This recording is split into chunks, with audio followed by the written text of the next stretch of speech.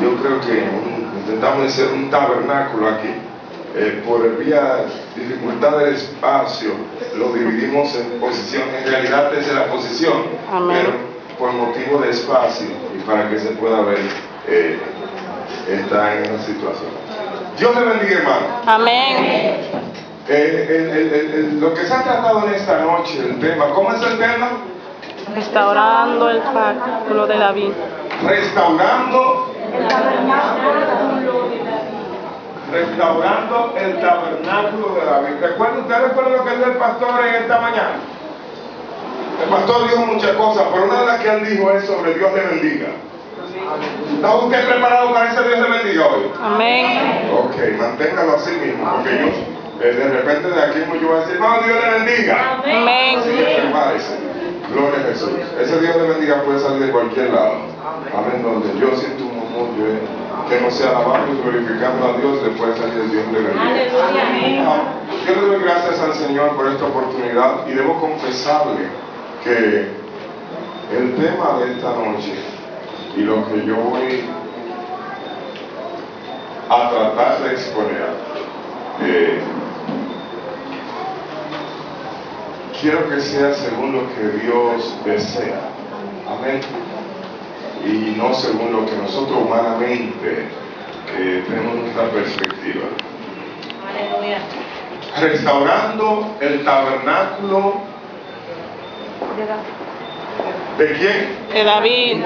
Cuando a mí me hablaron de ese tema, lo primero que yo pregunté, ¿y cuál tabernáculo de David que había que restaurar? Eso es lo primero que uno se pregunta.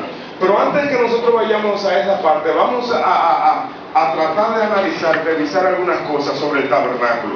¿Qué es el tabernáculo? Cuando hablamos del tabernáculo, ¿a qué nos referimos? Por ejemplo, aquí vemos lamentablemente no todos ustedes van a poder ver eso, pero aquí vemos un ejemplo de cómo era el tabernáculo en aquel entonces. El tabernáculo estaba dividido en diferentes partes, básicamente en tres.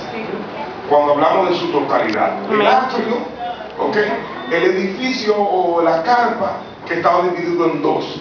Dentro de esa área habían varios utensilios, cosas que iban dentro del templo. Lo primero era el arca, el altar de bronce, que fue la primera canción que nuestro hermano Edward estuvo entonando, al altar de bronce. Después del altar de bronce sigue el lavabo, ¿verdad? El lavatorio, donde se lavaba. Algo de bronce también, donde el sacerdote tenía que lavarse antes de seguir más adelante. Después entra en la otra parte, donde ya vamos a encontrar el lugar santísimo, y allí habían tres detalles. Primero, estaba, no necesariamente este es el orden, pero estaba la mesa con el pan, estaba candelabro de oro, y estaba el altar del incienso, altar de incienso. Después de esa parte había una cortina que estaba después del lugar santo. Aquí me faltó algo. Aquí yo veo la mesa con los panes. Sí, está ahí. Yo veo, me imagino que el candelabro. Pero el altar en sí, yo no veo ahí. Ahí falta una cosa. Sí, falta el candelabro. Ahí falta. Amén, falta algo. El candelabro. Pero vamos a ponerle algo de eso. Amén. Yo tengo problemas con las cosas media incompletas. Así yo sé que lo veo bien. Gloria a Jesús. Y cada una de estas cosas tiene un significado. Amén. Amén. Yo le estoy diciendo eso porque muchos de los que estamos aquí estamos escuchando del tabernáculo y no tenemos una idea de qué es lo que se está hablando. No todos los que estamos aquí somos cristianos. No todos los que estamos aquí, incluso algunos cristianos no saben, no tienen una idea clara de esto del tabernáculo. Entonces vamos a ver si esta noche podemos hacerle, como dice alguien por ahí, justicia al tema de esta noche. Esa es la situación, eso es lo que es el tabernáculo en sí. Vamos a pedir a la gente que me ayuden aquí atrás. Gloria a Dios. En el tabernáculo conseguimos varios artículos, como lo dije anteriormente. Está el altar de ¿qué? Bronce. Ok, ustedes están bien conmigo. Y en el altar de bronce dice, era para el holocausto. Cada vez que los judíos pecaron, ellos necesitaron ofrecer un holocausto a Dios. Amén. También había un sacrificio para cada día, cada semana, cada mes y festival.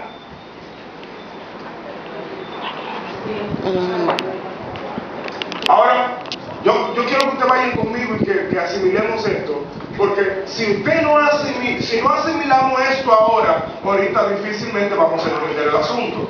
Y tal vez ustedes digan, no, que alguien habló de algo que yo no entendí nada.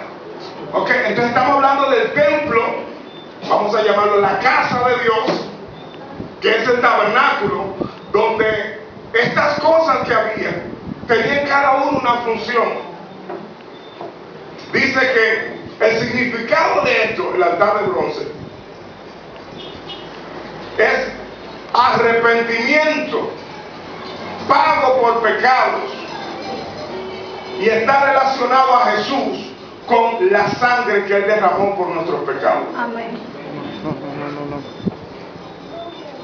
Yo estoy hablando de el tabernáculo, ¿ok? Hay otra parte que es el lavatorio, ¿ves qué le dice? El lavacro. El lavacro. Aquí se equivocaron, en la Biblia me escribieron lavatorio. Ajá, lavatorio. El lavatorio, lavacro, pero la cuestión es que donde los sacerdotes se lavaban, se limpiaban, de bronce, dice, usado para limpiar y lavar.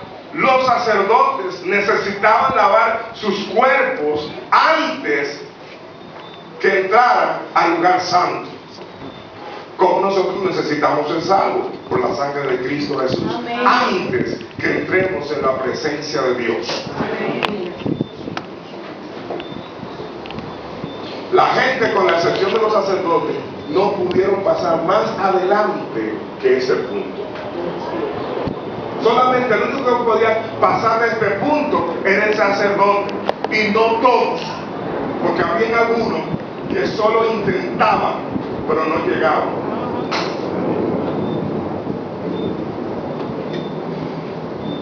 O sea, este lavatorio, lavacro, significa la limpieza y la purificación de nosotros como hijos de Dios. Lo que Jesús hizo en la cruz del Calvario. Más adelante vemos en el mismo lugar santo la mesa de pan, representación de la presencia y provisión de Dios. Es la Santa Cena, la cena del pacto, esperando por Jesús. Ustedes recuerdan que Jesús dijo, y cada vez que hagáis esto, hacedlo en memoria de mí.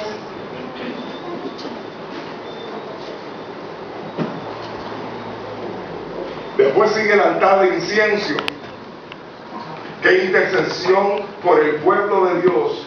Ustedes se recuerdan que en la Biblia, en el libro de Apocalipsis, hablan de el incienso, que se refiere a la alabanza y adoraciones de los santos. Amén. Amén.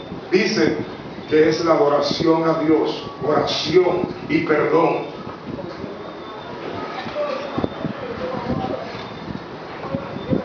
Candelero de oro, aquí dice otro nombre, dice candelabro.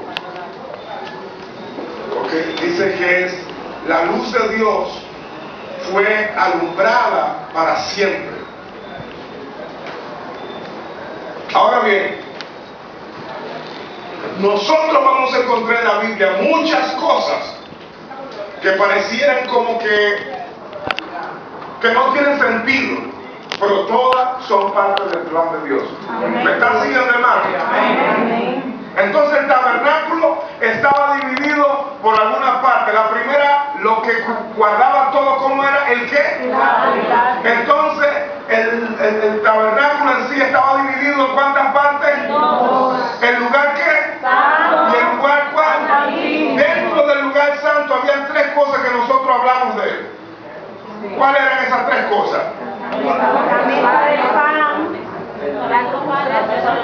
los candelabros y el Correcto. Antes de llegar al lugar santo, habían dos cosas más. ¿Qué eran? Ustedes son fantásticos. En el lugar santísimo, le dije que había una cortina, ¿verdad? Que impedía ver, una cortina gruesa que impedía ver lo que había más allá. En el lugar santísimo había algo especial. Estaba el arca del testimonio. El arca del testimonio representaba la presencia de Dios. Es por eso que no todo el tiempo todo el mundo podía entrar allí. Tampoco cualquier persona podía entrar a ese lugar. El velo representación de la separación entre Dios y los humanos. Dice que era violeta y escarlata, reino y sangre. Midió 8 metros de alto y 10 centímetros de grueso. Eso era para que nadie viera lo que había ahí.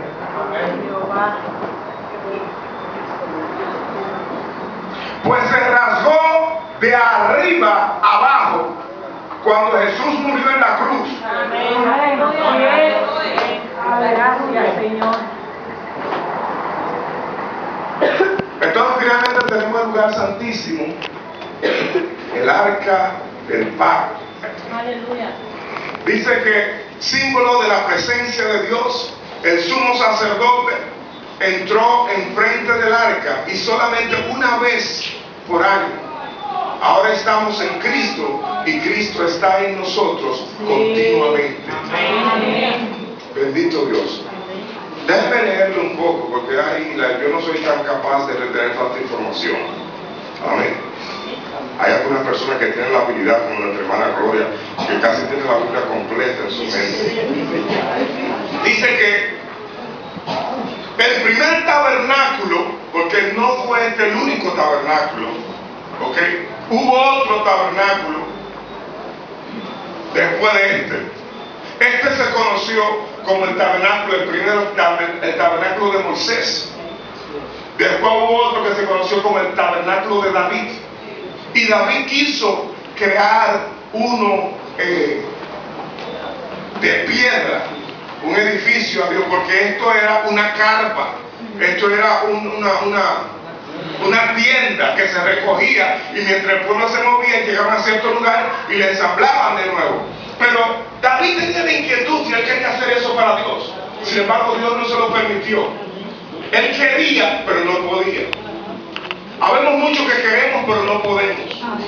En Dios no solamente querer es el asunto. Hay cosas que no nos están permitidas, simple y llanamente. Hay cosas que no nos corresponden a nosotros hacer, que le corresponden a Dios decidir quién y cuándo y cómo y por qué. Ahora nosotros queremos cuestionar a veces a Dios. Queremos cuestionar por qué tal cosa, cuándo, cómo y por qué no a mí. Y eso pasó con Moisés. Cuando Moisés hablaba mucho con Dios, hay gente que se encontraron que, ¿y por qué tanto Moisés habla siempre con Dios? Y nosotros también no podemos reír. ¿Y qué cambio que hay entre Dios y Moisés? Explíqueme. Bueno, no hay problema. Vayan ustedes, hablen con él ustedes también. Entonces, usted que habla y dice la Biblia que cuando Jehová Dios descendió y esos rayos y esa montaña empezó a hablar, Moisés, vete tú, habla tú con él.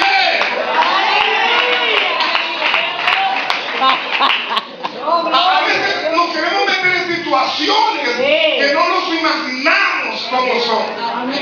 Gloria a Jesús. Hablar del tabernáculo puede sonar algo simple, pero eso encierra mucho más, hermano. Y yo no creo que en esta noche, si yo me pusiera a ir en detalles, el tiempo no va a llegar. Así que tengo que tratar de resumir esto lo más sabiamente posible. Pero hasta la adoración, la alabanza del sacerdocio, la manera de vestir, cómo entrar, en qué momento, qué día, qué hora, en qué posición, cómo debe ser. Persona perfecta. Dios es un Dios de detalles.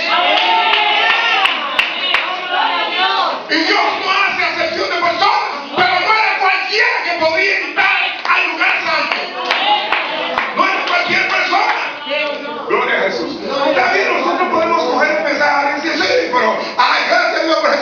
Cristo. Ahora cualquier persona puede ir delante de la presencia de Dios. No, No, Señor. hay condiciones. Hay condiciones para presentarse delante del Rey. Hay un tema que viene por ahí que dice: el Rey te mandó a llamar. Pero cuando el Rey te llama, a ti te viste para presentarte delante del Rey. Un pordiosero no se puede presentar delante del Rey. A usted lo mandan a bañar, lo mandan a limpiar, lo perfuman, lo preparan, se viste como tal, porque usted va a ir delante del Rey. Le enseñan cómo andar, le enseñan cómo presentarse y cómo reverenciar al Rey. Suena simple, pero no es simple. Amén. Sí. Dice aquí que el primer tabernáculo aparece inmediatamente después que Dios saca al pueblo de Israel de Egipto. Dios habló a Moisés diciéndole en Éxodo 25:8: y que hagan un santuario para mí, para que yo habite entre ellos. No olvide esta palabra: Dios deseando habitar en nosotros. Conforme a todo lo que te voy a mostrar, conforme al diseño del tabernáculo y al diseño de todo el mobiliario, así lo hará. Todo esto que nosotros hemos hablado fue planeado por Dios. Dios lo decidió. Él dijo: ¿cómo? Porque Dios sabía lo que esperaba en el futuro. Y todo esto, en cierta forma, representaba lo que un día venía. Tal vez ahora no lo entendemos, por eso digo: pongan atención ahora, porque ahorita tal vez vamos a quedar cero si no lo entendemos ahora. Dice: este santuario, que es conocido como el tabernáculo de Moisés, estaba dispuesto en tres partes: el atrio, el lugar santo y el lugar santísimo. En este último se encontraba el arca del pacto, que representaba la presencia misma de Dios. Ahí solo podía entrar el sumo sacerdote una vez por año para realizar el sacrificio de la expiación. Recordemos que el propósito de crear el tabernáculo era ¿qué? Para que Dios pudiera habitar entre ellos. Amén. La escritura declara que el pueblo continuaba consultando a Dios. Josué 20:27. La historia continuó. Primero el pueblo estuvo con Moisés en el desierto durante 40 años. Y luego Josué los ingresó a Canaán. Después de la muerte de Josué, Dios levantó a jueces, líderes que guiaban el pueblo hasta que llegamos a los días de Samuel. Dios levantó al profeta Samuel como el líder principal del pueblo de Israel. Recuerda que Samuel era profeta y ¿qué más? Sacerdote y ¿qué más? Amén. En esos días el mayor enemigo eran los filisteos. El pueblo de Israel mantenía su fortaleza en que el arca del pacto estaba en medio de ellos. Es decir, Dios mismo estaba con ellos y eso les daba la confianza de ser victoriosos. Cuando el puerto se extiende, nosotros pudiéramos hablar de lo que había dentro del arca, pero no vamos a irnos ahí todavía. Esa arca representaba la presencia de Dios, porque era historia, era lo que Dios había hecho con el pueblo, era recordar de dónde Dios lo sacaba. Y andar con esa arca era como andar con lo que simbolizaba la presencia de Dios. Amén. Un día le robaron el arca, ustedes saben esa historia. Y cuando le robaron el arca, ellos se sintieron muy tristes, ¿verdad? Los filisteos, porque siempre hay personas que creen que son más sabios que otros. Los filisteos pensaron: si esta es la cosa que da ellos fortaleza y fuerza para ganar, vamos a robarnos este asunto. Y le robaron y se llevaron eso para allá junto a sus ídolos. Y pusieron el arca. Y pusieron el arca de Dios frente a esos ídolos, ahí al lado de esos ídolos. Y dicen que los demonios no se aguantan frente a la presencia de Dios. Dice que los ídolos cayeron. Y la desesperación de ellos fue tal que finalmente esa arca terminó atada en unos bueyes, unas vacas, y esa vaca no hubieron que decirle a dónde ir, ni cómo ir, ni por dónde doblar. Ellas sabían a dónde pertenecía.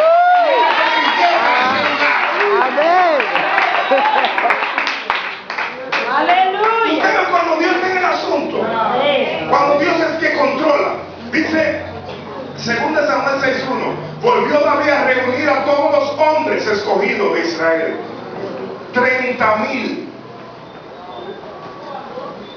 Y David se levantó y fue con todo el pueblo que estaba con él a Balá de Judá, para hacer subir desde allí el arca de Dios, la cual es llamada por el nombre del Señor de los ejércitos, que estaba sobre los querubines. Durante el traslado del arca del pacto hubo un incidente mortal. David se encontró en una situación, David era un hombre de guerra, y David se encontró en una situación donde estaba lidiando con cosas espirituales. Él era un hombre de muchos sentimientos, muy devoto a Dios, adoraba mucho, pero él no entendía mucho de este asunto. Entonces creo que de salida él pensó que esto era más simple de lo que él imaginaba. Si usted no lo cree, solo piensa cuando le dice a Dios, ahora te voy a construir un templo. Y Dios dice, mira David, eso está muy bonito, a mí me gusta la idea. La Biblia dice así, Dios me elogió por eso.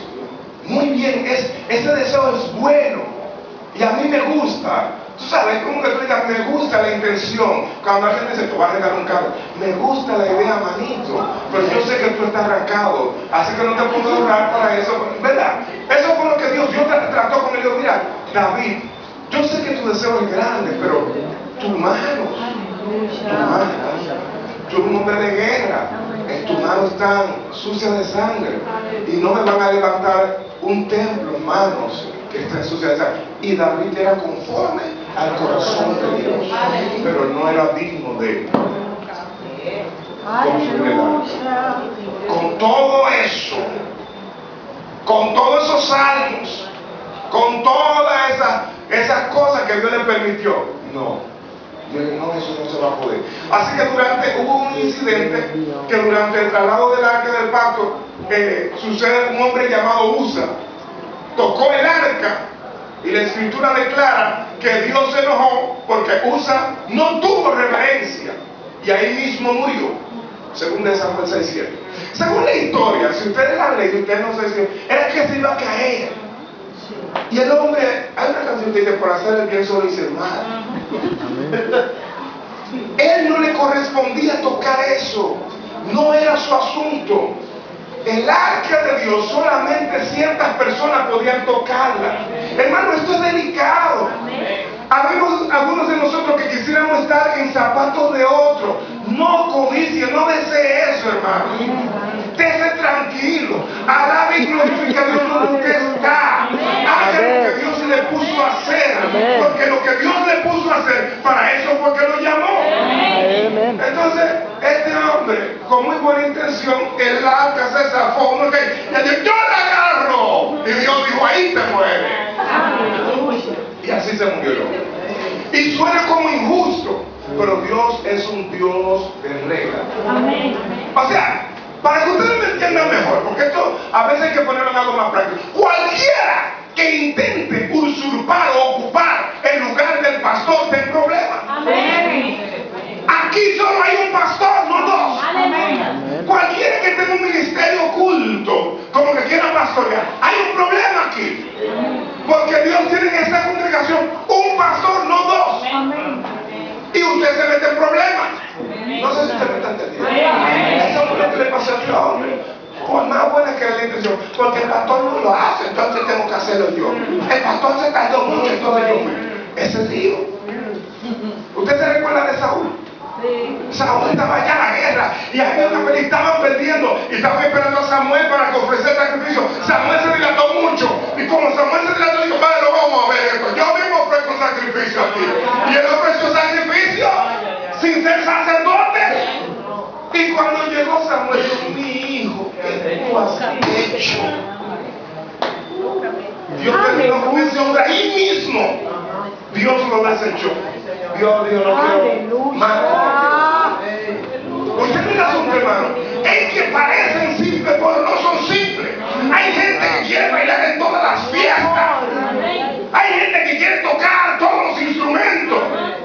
Toque lo que le corresponde a usted. Baile donde Dios le diga que usted tiene que bailar. Pero no trate de bailar en todas las fiestas porque se va a meter en problemas. Eso pasó con este hombre. Yo no sé si ustedes están entendiendo el asunto. Amén. Por ahí que andamos, por ahí. Gloria a Jesús. Vamos para allá, hermano, vamos para allá. ¿Restaurando qué? Y lo vamos a restaurar. Alguien, le digo yo a ustedes, tengo que ser franco con ustedes. Yo me perdí en un momento, yo me despisté. ¿Qué es esto de restaurar el tabernáculo de David? ¿Y cuándo se cayó? ¿Usted entiende?